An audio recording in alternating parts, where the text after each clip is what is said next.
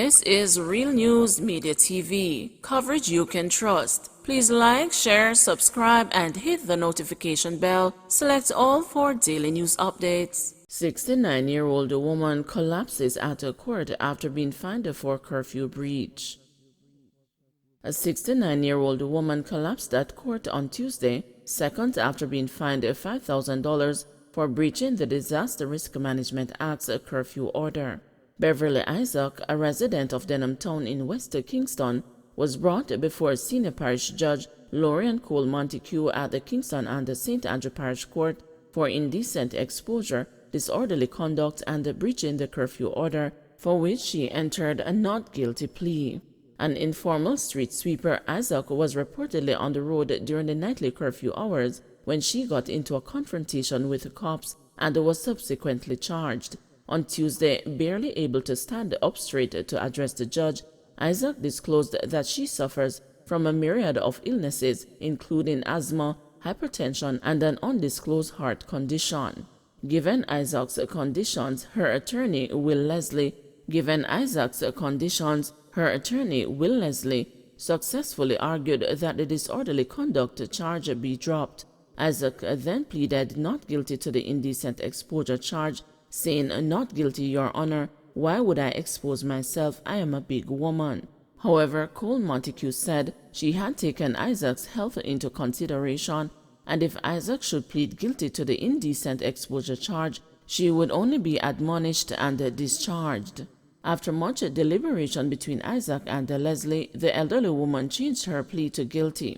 She was subsequently admonished. "Miss Isaac, you are admonished and discharged, and in your condition take good care of yourself, ma'am," Cole Montague said. After Isaac was dismissed, a clerk and a policewoman assisted her out of the courtroom.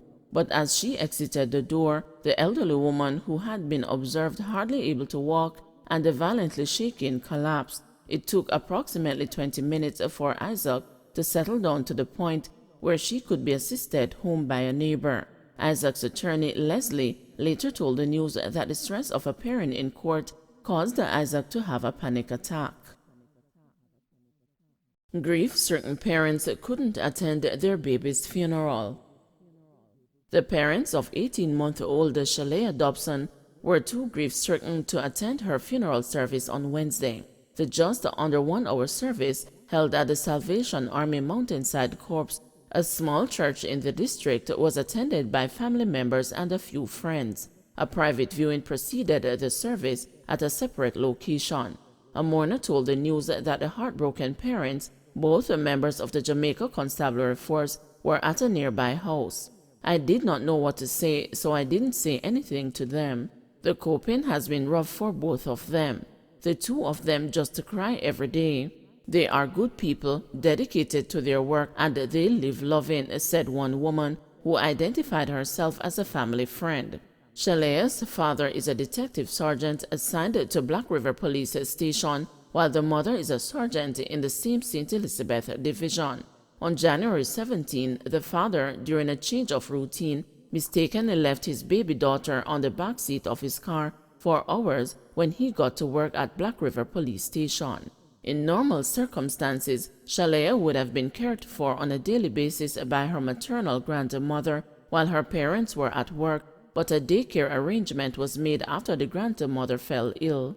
Unaccustomed to the chore of taking the child to daycare at a location in Black River, the father, after arriving at work, drove a police service vehicle to Warminster, southeast St. Elizabeth, about a 45-minute trip by road, to carry out a further probe into the case of former Haitian opposition Senator John Joel Joseph, one of 3 key suspects who was being hunted in relation to the July 2021 assassination of former Haitian President Jovenel Moïse.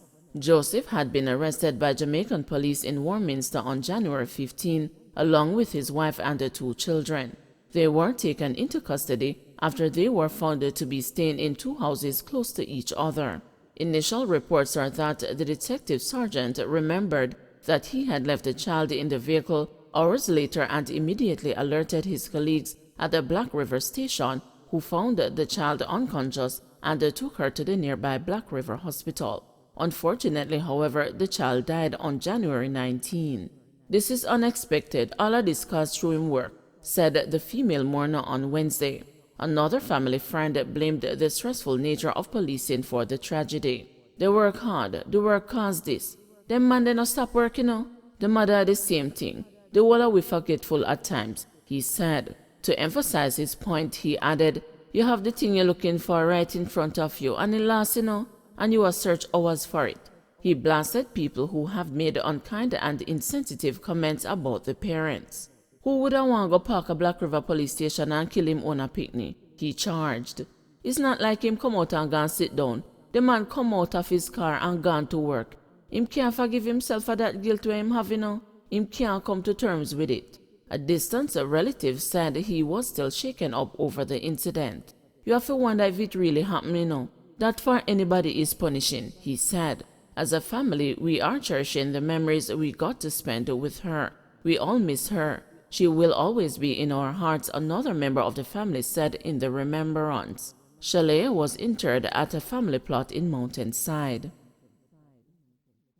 Manchester farmer charged with illegal possession of firearm and assault. The Manchester police have charged a man with illegal possession of firearm and assault at common law following a daylight attack on another man on Sunday, January 30. Charged is 38-year-old Robert Johnson, a farmer of Swabies Hope in the parish. Reports from the Mandeville police are that about 9:30 p.m., Johnson and another man had an altercation during which Johnson allegedly pointed a firearm at the man and threatened him. Johnson fled the scene but was later apprehended at his home and subsequently charged. His court date is being arranged. Criminals posing as cops hurting St. Anne. Senior Superintendent of Police Dwight Powell is urging people who travel through St. Anne, especially at night, to be cautious as criminals posing as cops have been committing several robberies in the parish. Powell, speaking at the monthly meeting of the St. Anne Municipal Corporation last Thursday, said the police have received reports that in recent times criminals moving around in a Toyota Axio motor car have been wreaking havoc in the Runaway Bay and the Discovery Bay areas. "I want to advise the public that if they are stopped by anyone, that person should clearly identify themselves as a police officer before you proceed to comply with their directives. Otherwise, you should proceed to the nearest police station to make a report, and we will take the necessary actions from there," said Powell. He noted that there are standards under which members of the Jamaica Constabulary Force operate while carrying out their duties in public spaces. "Whenever we stop persons in the public, it is a police in uniform who gives a signal for a motorist to stop, and if it is plainclothes operation, there are also standards by which the police operate. The police will have to be clearly identifiable with a marked police paraphernalia, so please try to be aware of how the police operate," Powell urged. He argued that the robberies by criminals posing as cops have led to an increase in the number of robberies in the parish so far this year. "We have seen 11 robberies, a slight uptick to last year, but we have put some measures in place to reduce these activities, and they have been bearing some tremendous fruits," said Powell, as he noted that the parish recorded 5 robberies in the same period last year. "We want to ask the public to work with us to rid the parish of crime and violence, and I just want to remind those who are bent on committing crime that they should be assured that the strict arm of justice will be reaching out to them," declared Powell. Government offers travel loans to Jamaican students in Ukraine. The Homeless Administration has offered loans to Jamaican students in Ukraine wanting to return home amid uncertainty in the Eastern European country of an invasion by the Russian military. In an email to students last week, several of whom had expressed the difficulty in acquiring funds to leave the country, Jamaica's charge d'affaires at the Berlin embassy, Denise Seeley, said the government would assist. "Kindly be advised that a loan to cover the cost of a ticket to Jamaica will be provided by the government. We would be grateful you indicate whether you would agree to such an arrangement," the email to the 42 Jamaican students read. "Should you agree, the tickets will be purchased and forwarded to you via email." In a follow-up email, Sealy said that only one student had taken up the loan proposal at the time and urged the others to make contact, stressing that the government had very limited time in which to work. She said research had indicated that the ticket costs were averaging up to 86,000 Jamaican dollars. This is just an idea of what the possible amount could be, said Sealy. A news source with knowledge of the communication between students and the ambassador indicated on Monday that several had not responded because the terms of the loan agreement have not been communicated. According to the source, Sealy told the students that she did not have the finer details on repayment time or interest rate. The students, the majority of whom are pursuing studies in medicine, were instead told not to book any flight and that Kingston will undertake that action. On Tuesday, Foreign Affairs Minister Senator Kamina Johnson-Smith said 5 of the students have departed or were in the process of leaving. She said 7 requested assistance from the government to return, 3 of whom are now reconsidering. The others are still considering their options, she said. The minister said the embassy had also written to 3 universities that most of the students attend, 2 of which have confirmed that they will allow online classes until April 1. The third, where 19 students are studying, said it would consider adjustments. We note there have been some signals of de-escalation and continue to hope for diplomatic solutions. The situation is very dynamic, so we will continue to monitor and share information, provide help and encourage our students to stay in touch and continually assess their individual circumstances, she said via her Twitter account.